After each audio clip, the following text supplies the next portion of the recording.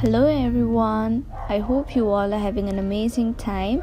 Today I'm back with another tutorial video, and in this video I'll be guiding you guys through the steps of recovering the user ID of your Amazon store card account.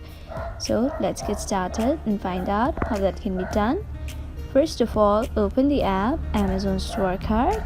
After that, tap on the option Forgot user ID or password, and then select lookup user ID option.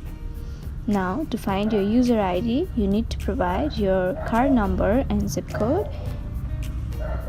Enter the details asked, and once you do that, tap on next.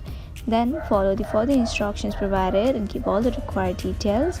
Finally, you will be able to recover the user ID of your Amazon store card account. So we have come to the end of the video. I hope this video was helpful for you guys. If it was, then please make sure to like, leave a comment, share and subscribe to our YouTube channel TechQuest. We'll be back with more such videos. Until then, have a great time. Bye bye.